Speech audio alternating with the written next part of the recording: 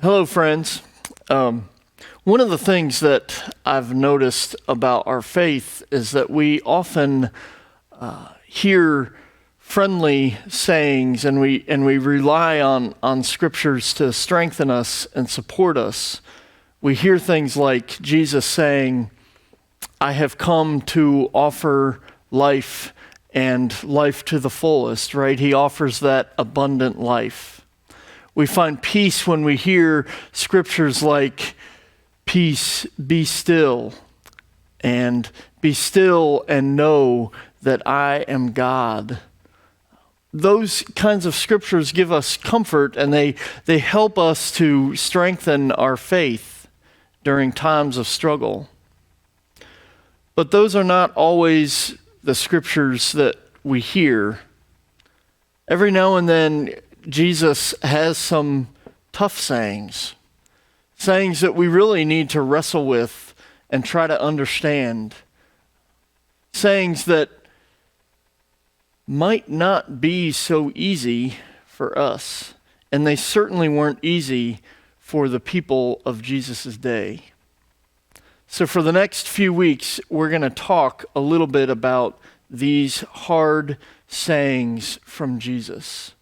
These tough words that Jesus may have for us. We're going to wrestle with them. We're going to reflect on them. We're going to ruminate on them a little bit. And I'm not going to spend a lot of time extrapolating them and kind of sorting out exactly what was happening. I think it's more important that we just sit with these scriptures and allow them to speak for themselves to some extent. So, with that said, this week we will be hearing from Luke chapter 14, 25 through 33. And I'm just going to read this for you, and then I'm going to read it in a different translation. And I just want you to reflect on that before we meet for worship this Sunday. Now large crowds were traveling with Jesus, and he turned and said to them, "Whoever comes to me and does not hate father and mother, wife and children, brothers and sisters, yes, even life itself, cannot be my disciple. Whoever does not carry the cross and follow me cannot be my disciple. For which of you, intending to build a tower, does not first sit down and estimate the cost, to see whether he has enough money to complete it? Otherwise, when he has laid a foundation and is not able to finish, all who see it will begin to ridicule him, saying, 'This fellow began to build and was not able to finish.' Or, what king, going out to wage war against another king, will not sit down first and consider whether he is able with 10,000 to oppose the one who comes against him with 20,000? If he cannot, then while the other is still far away, he sends a delegation and asks for the terms of peace. So therefore, none of you can become my disciple if you do not give up all your possessions."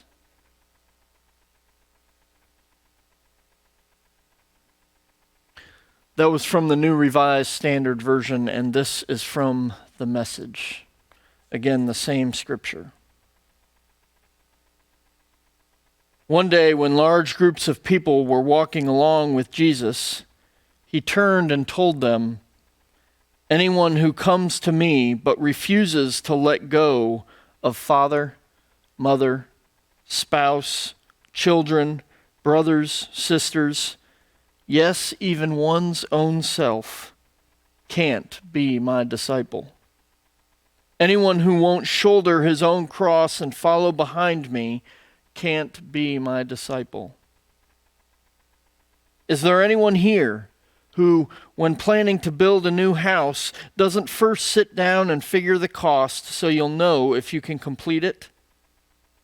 If you only get the foundation laid and then run out of money, you're going to look pretty foolish.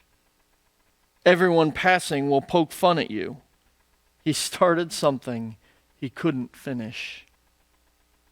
Or can you imagine a king going into battle against another king without first deciding whether it is possible with his 10,000 troops to face the 20,000 troops of the other? And if he decides he can't, won't he send an emissary and work out a truce? Simply put, if you're not willing to take what is dearest to you, whether plans or people, and kiss it goodbye, you can't be my disciple.